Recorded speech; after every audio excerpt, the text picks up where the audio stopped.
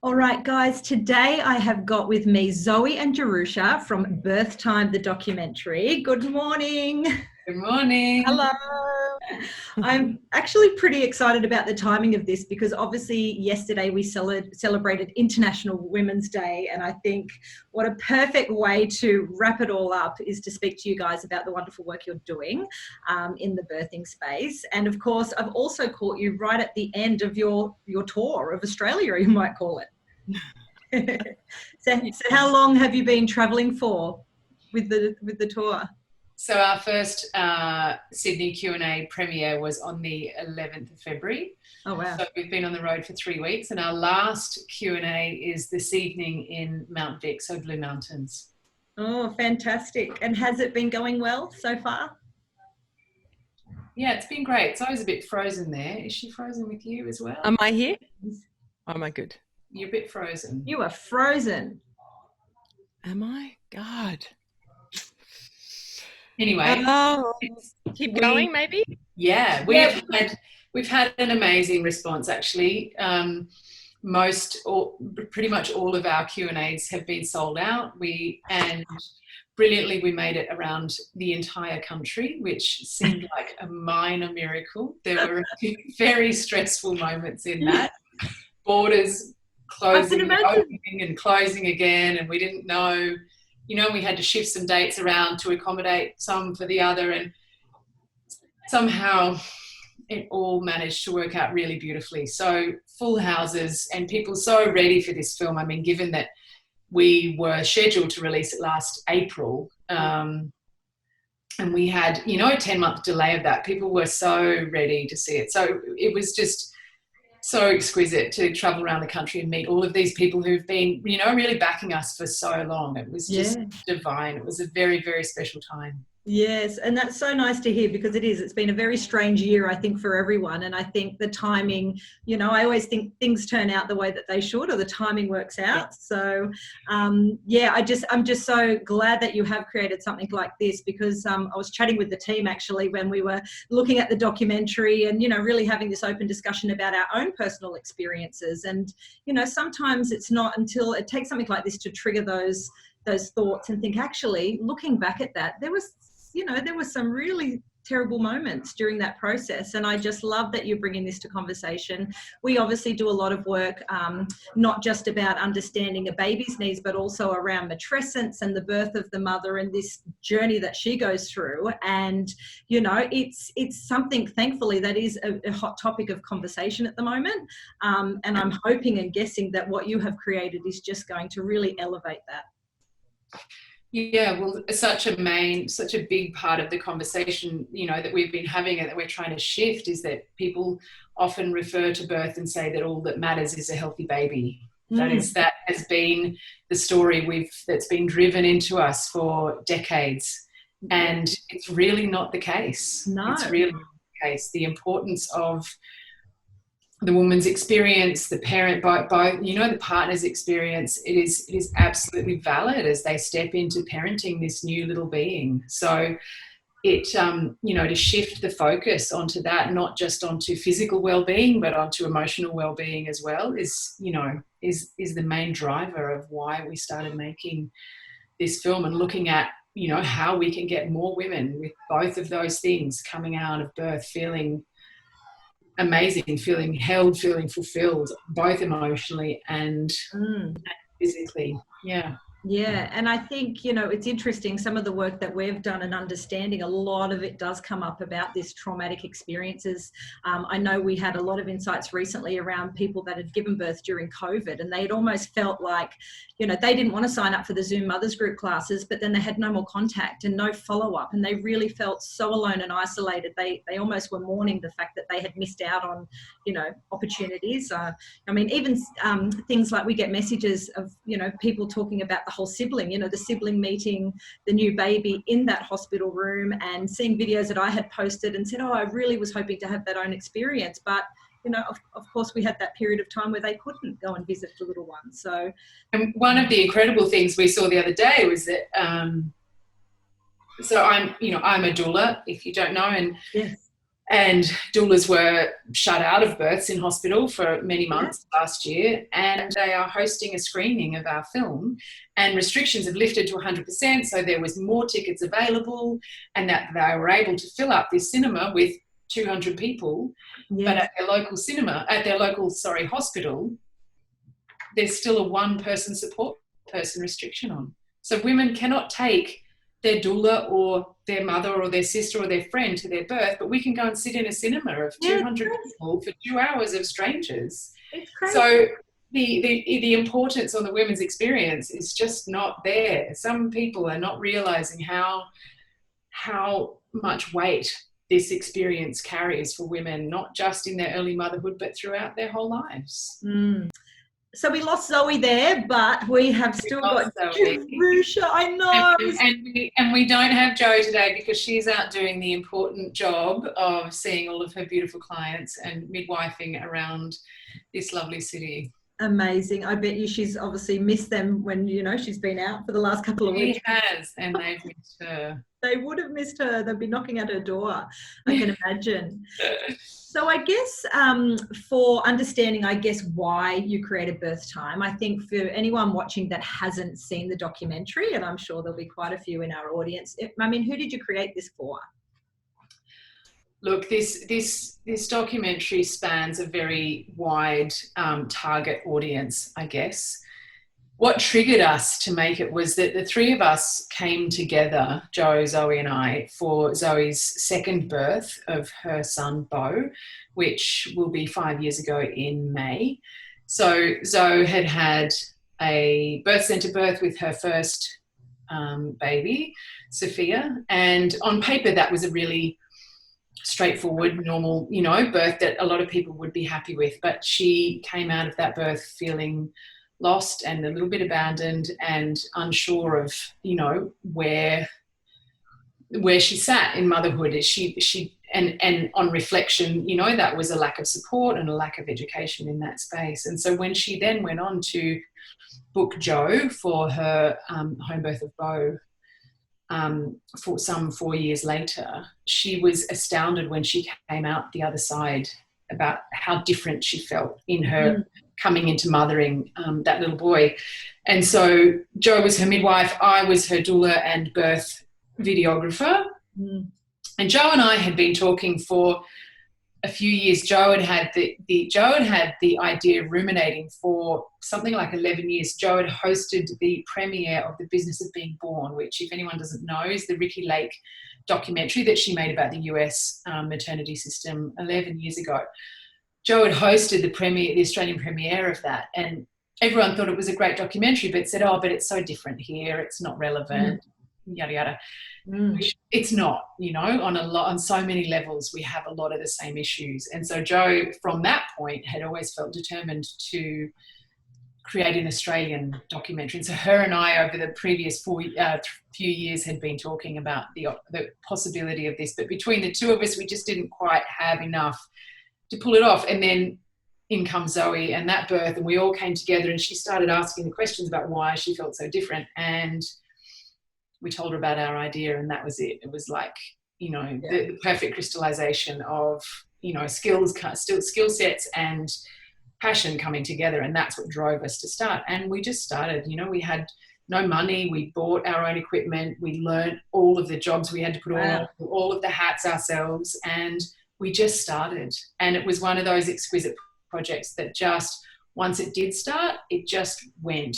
It just was guided the whole way. All the interviewees just, just became available beautifully as it developed and went on. So, and, we made it for such, as I said, a broad audience. We want birthing women to see this. We want, partners to see this. We're working on a parliamentary screening currently. Fantastic.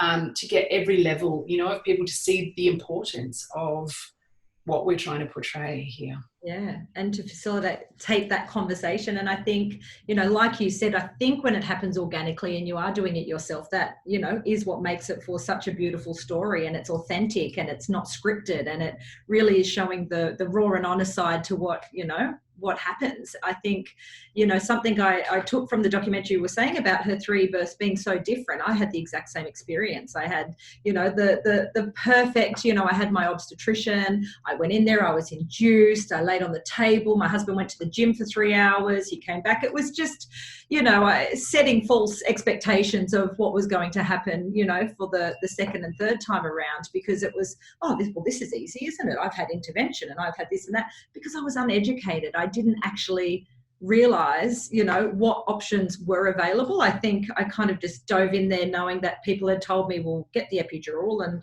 you know, be guided by these people. So it was quite scary. The second and third time around, I wasn't in a private hospital. I was in a public hospital. My obstetrician didn't make it the second time. She very closely, you know, nearly missed the third time. And I was seeing all of these people that I'd never met before. And I was talking to Jess just before I jumped on about the fact that the second time I had actually stood in that hallway thinking, okay, this is happening hard and fast. I finally got a room after 45 minutes and I saw a cleaner. That was the only person I had contact with. Wow. And I started panicking. I'm thinking, okay, what's meant to happen here? When do I, you know, I was used to my obstetrician being there. And then all of a sudden, you know, I had these 2 people jumping in going, okay, this is happening very fast.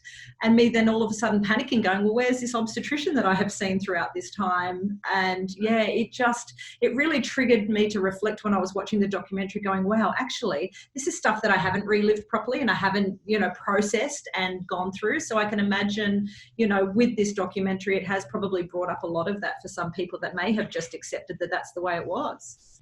Exactly. And because we come out of birth and then we've got this major, beautiful job of mothering, you know, this tiny baby, and we get consumed by that. And often we don't have a chance to reflect and to process and to debrief. And also, if you don't have the caregivers that facilitate those conversations, then there often is no one to have those conversations with, and the importance on your experience is not emphasized. And so you are just left and you put it in a little, you know, you put it in your pocket and you move on. Yeah.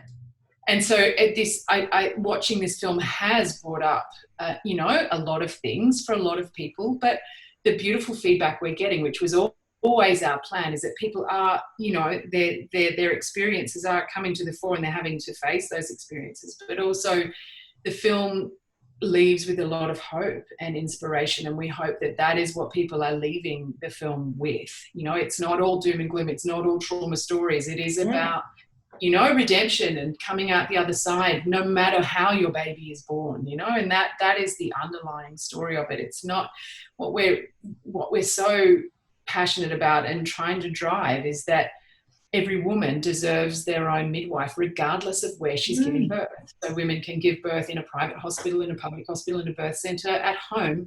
They all deserve to have that person that can walk that journey with them, that can help them along the way with decision making and options, and help them making their own choices and having a say in what happens to them. You know, and so when they get into the hospital and things are happening really fast and they don't know, you've got your person there to say, okay, this is what's happening. It's okay. I've got you. You know, and some women will need an obstetrician as well. And that's when, you know, our medical system should be working very closely and beautifully together in, you know, in a very cohesive way. Because everyone, all of those caregivers and doulas as well, they all have very different positions, very different jobs, very different things to offer to women, and all very valid. And so why can't we bring all of those people together to serve women in the best possible way, so that they come out the other side knowing what happened to them, having had choices in what happened to their bodies, having had a say in all of that, and being able to debrief anything that happened afterwards, regardless of how the birth went. It seems so simple when you explain it like that, doesn't it? It seems like a no-brainer. It's so simple. It's so simple. Yeah, and I think the continuity of care, you're so right. It's these people that are, wanting that familiar face when they turn up, wanting someone to be there to care for them afterwards. I actually remember one of the women, because I went quite fast the second time, and I think she probably thought I was a bit shell-shocked. And, you know, she just took me down to the room and she just hugged me. And I just it was just like this release of, she said, you did so, it was just such as beautiful, reassuring, you know what, you really did so well then, because I think she could see the look on my face going, what on earth just happened? Who are these people? And it was just, it was such a bizarre experience. And I can imagine, if that was me a second time around, I can imagine a first time mum, that could be quite a traumatic experience. Yeah. And I just love the fact that this is something that hopefully is going to change. I think one of the women in the documentary, and she talked about the fact that, you hear the word doula, for example, and you go, oh, well, she's going to come in candles and, it's all this kind of lofty stuff. And I think, that's an education piece in itself to really, for people to understand, who are these people and what role do they play? Absolutely. Obviously, that's the important work that you do.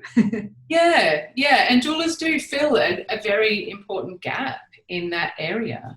And having said that, it's not, doulas are not just for hospital births where you don't have continuity of care. I mean, I attend home births as a doula, every month, several every month. Joe and I work very closely together, and there is value in that relationship. And I think it's important that, medical caregivers are not threatened by the presence of a doula, because we're not there taking medical care of women. That is not our place. We will happily rub her back for 8 hours straight and bring the water and do all the and top up the oil burner, do all of the things, as well as all of the emotional support that comes through pregnancy and afterwards, that often, midwives, especially midwives in the system, can't provide. They don't have the time. They are running from room to room, and they're doing an incredible job at, at taking medical care of all of the women that they're in charge of,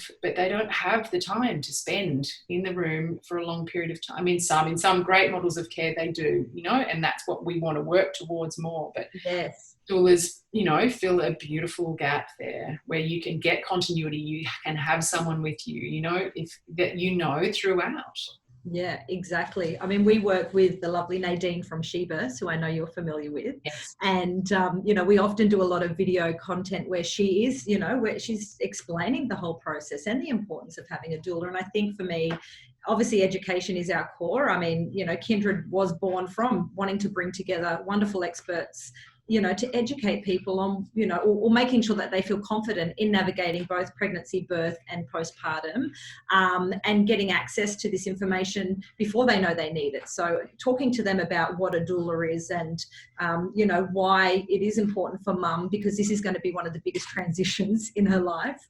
And the whole thing around matrescence as well, because, I think we just, again, go into it with our sole focus being on the baby, making sure that I'm, is my option going to be XYZ on a birth plan? And I know Nadine calls it birth preferences. Yeah. But yeah, I just think in education, but before the fact, plays such an important role. Absolutely. And for partners as well, since partners were welcomed into the birth space, in that period of time, we've shifted to then somehow expecting partners to be the sole support person in the birth space. And often partners have never seen a birth before. They've never been before. They are going through a huge transition themselves into becoming a parent. They're watching their partner go through this enormous experience. And there's all sorts of new things that they've, new information, a new thing, they're in a new environment. And it is very unfair on partners, I think, to expect them to know what to do through an entire labour. Absolutely. Because labour, an entire labour can look countless different ways. Yeah. And for them to be looking after themselves and looking after their partner and managing everything that's going, it's too much. Yeah.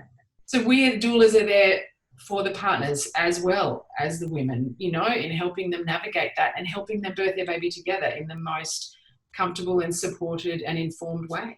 Yeah, absolutely. And I think for a lot of them, they get dragged around to these courses, often they get told things like how many nappies are they going to do once the baby is born, and all of these really sort of basic things. But yeah, I love that you are bringing that to the forefront, because I know for my husband, he also had false expectations. Oh, she's going to lay there for 3 hours and I'm told to come back, and this is all very, very well and good. And I remember actually very clearly the second time around, I was in a very awkward position, and there was a mirror in front of me, and I looked through that mirror and I could just see him panicking and scratching his head. And I said to him, "What are you doing? You're meant to be here to support me. Like, what, come on." Like, I was getting frustrated at him, but the poor guy, he was just like, whoa, what is happening here? Yeah, it's too much. Yeah. Too much to expect of them. And so what do you think is next to, I guess, further spread the word? Obviously, this documentary is out there and people are hopefully getting to watch it to raise that conversation. But what do you think, what is next for the education and to really push this further? So we've got some very clear action steps. We were very determined not to just release this film and let it be out there and let people see it and feel activated but have nowhere to go. So we've made some very clear action steps about what that will be. And the first is to get more people seeing the film. So we've chosen a demand model for our release. So people anywhere, wherever you live, can request to host a screening in your area. Right. It costs you absolutely nothing. The ticket prices are $22, normal cinema prices. And we've chosen to release it in cinemas initially very consciously because, A, we are lucky enough to be able to go to the cinema now in this country. And bringing people together is the core of what we're trying to do, because people together create more action. So that's the first important thing, is for people to know that if there's not a screening listed in your area, you can host one very easily. And all it needs, if it's a 50-seat cinema, you might need 20 tickets to sell for it to go ahead. And if they don't, there's no financial risk to anyone. So that's number one, host a screening. Number two, and this is very hot off the press, Birth Time is partnering with Western Sydney University with Hannah Darlin and Hazel Keedle, and we are starting a study called the BEST study, the Birth Experience Study. So we are trying to collect data about women's birthing experiences across different modes, different maternity care across Australia. And we've just had word this morning that the ethics approval has come through, and so the study is now live. Awesome. There is also on our site, there is also you can go to a do-gooder campaign, and there's a pro forma letter where you can go and it's a pre-written letter that you can then add your own experience into. You put in your postcode, press send, and the letter gets sent off to your local MP. Great. So they're two really big things that everyone really needs to get on top of, because that's what will generate change. We're doing the study to collect the data, and we're doing the push through Parliament to try and get this changed, to get women to have access to one midwife, every woman. So they're the main things. We're selling merchandise through our website, which 10% of is going to our first Birth Time HQ in Sydney. So that'll be our prototypes. It'll be a live, bricks and mortar birth centre that we will then hopefully roll out around the country. Yeah. So go and buy some merch from our website. I saw Zoe before she dropped off with her cap. I thought it was cool. Yeah. We've got T-shirts and bags and posters. A really beautiful collection of well-designed, ethically sourced goods. Right. We will be building Birth Time HQ soon, the Birth Time Hub, an online hub, which all of the amazing experts that we've got in the film will be, their full interviews will be cut, and we will upload them into an online hub that you can subscribe to for education. There will be birth videos. There will be our live events will be in there. So it's an education hub for women, for student midwives, doctors, anyone. Yeah. So there's lots of things going on, but I think the main things are host a screening, make sure everyone has seen the film. That is number one. And number two is get onto the study and the do-gooder campaign, because that's where we generate change. Absolutely. And I think, again, off the back of International Women's Day, where we talk about challenging and having this conversation and grouping together, this is what is going to lead to the change. So, well, we have a totem in Birth Time. We were looking for our totem animal along the way, what represents us. And one incredible day we were interviewing Mel Briggs, the beautiful Aboriginal midwife down on the South Coast. I wanted to hug her through the screen. Just fine. We just adore her and the work she does. And we were on sacred Aboriginal land, and there was no one else there. And we'd been interviewing her for an hour, and we were just wrapping it up, and then suddenly these two people who weren't meant to be there came down at the top of, we were surrounded by in this valley, and these two people started walking down, and this cacophony of cicadas just rose up around us, and it was utterly deafening. Wow. And there was no way we could have finished the interview if we weren't done by then. We were done. Yeah. And suddenly we went, this is what it is. This is it. If there's one of them, no big deal. With that many, they're so loud, you cannot ignore them. You cannot carry on. So the cicada has become our totem that we are trying to encourage people that, if we get loud enough together, but it takes all of us to get loud. Do it, yes. That's where the change is going to come. Wow. I actually had goosebumps when you were saying that, because I feel like you could just picture that, We were surrounded. We were covered in goosebumps, surrounded, going, oh my goodness, what is it? Yeah. Here it is. What a That's sign. what it is. Yeah. And just before we finish up, I was actually going to ask you, what was the most significant part, or that moment during filming the documentary that really stood out to you as just, wow, this is, when did you have that moment? Would that have been it? That was definitely one of them. Yeah. I think I remember having, a moment. We were in the Sunshine Coast, and we'd interviewed, Indigenous women and Muslim women from all different cultures. And it just suddenly landed how simple it was, that doesn't matter what cultural background women have, what socioeconomic background they have, they all want the same thing. Exactly. They want to be respected. They want to have a say in what happens to their bodies and their babies. They want to be listened to. They want to be supported by someone they know, and they want to give birth in the place that they choose. Yeah. And it's across the board. Yeah. So simply we're trying, that it was such a penny drop moment for me, is that we're just hearing the same thing from everyone, no matter how far we span our interviews. So that's the underlying story for me, and that's what we're working to achieve. Well, we hope that we can play our part in helping to spread the word, because, as I said, we absolutely loved it as a team, and we will be sure that we can spread it far and wide with, expecting parents, and even, like you say, the second and third timers that may have had a negative experience and know that it could have been different. And get on that website. I am going to share a link after this recording. Okay, great. Our website is birthtime.world. And all of our social handles are at Birthtime World. So go there and you can find all of the information that I've banged on about today. Perfect. Well, I just loved talking to you and hearing it straight from you. Obviously, we've seen a lot of you in the documentary and throughout. Yes. I follow you on Instagram as well, so we see that. But thank you so much. And I really do hope. Thank you. Yeah, it was so lovely. Thank you. And tell Zoe we're sad that we missed her, but to catch up with her next time. Okay. Take care, everyone. Thanks so much, Jerusha. Bye.